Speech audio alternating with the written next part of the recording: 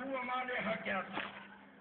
اسے آپ کو پتا چل جائے گا، اس کو نوجوان نسل کو پڑھنا چاہیے، اس کو اور دیکھنا چاہیے کہ حضرت امیر کبیر سید علی حمدانی رحمۃ اللہ علیہ کی تعلیمات کیا تھی۔ میرے بھائیوں اور دوستوں، آپ غلط ٹیچر مت گھروں میں آنے دو، بچوں کو مت پڑھنے دو، اور جو ہے تو اپنے بچوں کو بچاؤ، ان کو جو بیویوں کو، بچوں کو، عورتوں کو گھروں میں آپ یاد رکھو کیا ہو گیا ہے۔ نبی پاک صلی اللہ علیہ وسلم سب سے پہلے جو اللہ کی طرف سے دولت ملتی ہے وہ دولت اپنی بیوی کے پاس پیش کرتے ہیں، خدیجہ الکبریٰ کے پاس، اس کے بعد اپنے دوست کے پاس ابو بکر صدیق کے پاس، اس کے بعد علی المرتضیٰ کے پاس، یہ کے بعد دیگر اسی طرح صحابہ کے پاس، اور حضور صلی اللہ علیہ وسلم حضرت خدیجہ الکبریٰ کو اتنی تعلیم دیتے ہیں کہ ان کی تربیت کا اثر اتنا زیادہ ہے کہ حضرت فاطمہ الزہرا کو دیکھو، امام حسن اور حسین کو دیکھو، اور سید علی حمدانی کو دیکھو، اور جو ہے تو خواجہ اجمیری کو دیکھو، محبوب سبحانی کو دیکھو، شیخ شہاب الدین سہروردی کو دیکھو، یہ صرف اور صرف اس تربیت کا اثر ہے کہ جو حضرت خدیجہ الکبریٰ کو نبی پاک نے دی تھی، اور خدیجہ الکبریٰ نے حضرت فاطمہ کو دی تھی، حضرت فاطمہ نے امام حسن اور حسین کو دی۔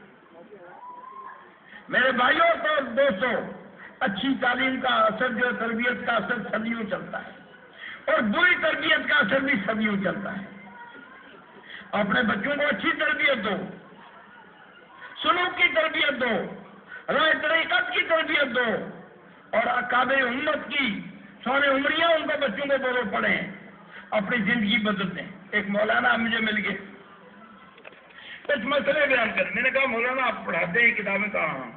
میں نے کہا چھوڑو، آپ کتابیں پڑھاتے ہیں اچھی بات ہے، لیکن آپ ایک کام کرو، مجھے اندازہ ہوا آپ کی زندگی میں انقلاب نہیں آیا۔ بڑے تعجب سے چلے کہا میری زندگی میں انقلاب نہیں آیا؟ میں نے کہا آپ ایک کام کرو۔ کہا کیا؟ میں نے کہا بزرگان دین کی سونے عمریاں پڑھو۔ وہ آ گیا واپس اور سونے عمریاں اس نے پڑھنی شروع کی۔ اس رمضان میں مجھے مل گیا اور کہنے لگا کہ اس کے بعد مجھ میں اتنا انقلاب آ گیا کہ میں نے تو آپ جا کر سمجھا کہ بات کیا ہے، حالانکہ حدیث کی کتابیں پڑھاتا تھا۔ رہنمائی ضروری ہے، اس کی زندگی بدل گئی، تہجد کا پابند ہو گیا، ذکر اذکار کا پابند ہو گیا، وضو اچھی طرح کرنے لگا، طہارت اچھی طرح، سجدہ جان کر کرنے لگا، رکوع سمجھ کر کرنے لگا۔ ایک ہے رکوع کرنا، ایک رکوع سمجھ کر کرنا، ایک ہے سجدہ کرنا، ایک سجدہ وہ سجدہ کرنا کہ جس سجدہ میں ساری کائنات کو نجات مل جائے گی۔ ارفع راسک یا محمد، ایک حضور کے سجدے کی حقیقت سمجھ لو تو ساری سیرت آپ کو سمجھ میں آ جائے۔ حضور کا کیسا سجدہ تھا؟ جب سجدے میں پڑ جائیں گے اللہ موسیٰ کی امت، عیسیٰ کی امت، ابراہیم کی امت، آدم کی اولاد، نوح کی امت، ادریس کی امت، سارے بے چین ہیں، دکھی ہیں، فیصلہ ہو جائے۔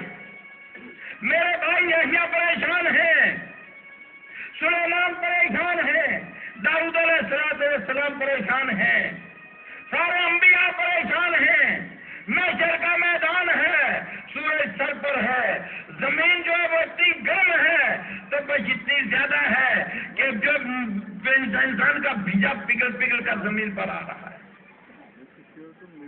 اے باری تعالیٰ اس فریاد کو قبول کر لے۔ حکم ہوتا ہے سجدہ، وہ سجدہ جس کا ہم نے وعدہ کر رکھا تھا، ڈال دو یہاں، جو مقام محمود ہے، جو جس میں میرے اور آپ کے راز سارے کھلیں گے۔ حضور کا سجدہ، حضور نے سر سجدے میں ڈالا، جب باری تعالیٰ کو منظور ہوگا، باری تعالیٰ کہیں گے ارفع راسک یا محمد، اے میرے حبیب، ساری امت کے اخیر میں آپ کا سجدہ آج قبول ہو گیا، ساری دنیا کو نجات مل جائے گی، آج جلدی فیصلہ ہو جائے گا، اس حشر کی تابناکیوں سے سب کا فیصلہ ہو جائے گا۔ اگر اس سجدے کی حقیقت ہم سمجھیں، سجدہ کیا ہے، سجدہ کیوں کیا جاتا ہے؟ یہ پیشانی، اس پیشانی میں سجدے میں کتنا نور آتا ہے، اور اس کے بعد اس پیشانی میں جو لکھا جاتا ہے زندگی کا، وہ پڑھنے والے پڑھ لیتے ہیں، وہ پڑھنے والے پڑھ لیتے ہیں کہ اس پیشانی میں کیا کیا لکھا گیا، ساری زندگی میں کیا کیا کرتوت کیے، کیا کیا اعمال کیے ہیں۔ میرے بھائی اور دوستو، میں اس بات میں نہیں جاؤں گا، یہ بڑی بات دور نکل جائے گی، اس بات کی طرف میں ابھی نہیں جاؤں گا، اس لیے کہ غذا وہ دینی چاہیے جو ہضم کر سکیں۔ شاید میدا ہر ایک کا اس کے جو ہے تو قبول نہ ہو اور وہ اس کو ہضم نہ کر سکے، بد ہضمی پیدا ہو جائے، اور بد ہضمی بھی انسان کے لیے جو ہے ایسا کھانا جس سے بد ہضمی پیدا جائے وہ کھانا حرام ہے۔ کھانے کی کئی قسمیں لکھی ہیں بزرگوں نے، تو ایک کھانا وہ بھی ہے جو بد ہضمی پیدا کرے، وہ کھانا حرام ہے مسلمانوں کے لیے۔ میرے بھائی اور دوستو، اس سجدے کے اندر ہم جب رکوع کریں، کاش کہ ہمارا رکوع ہو، کاش کہ ہمارا سجدہ ہو، کاش کہ ہمارا قیام ہو، قیام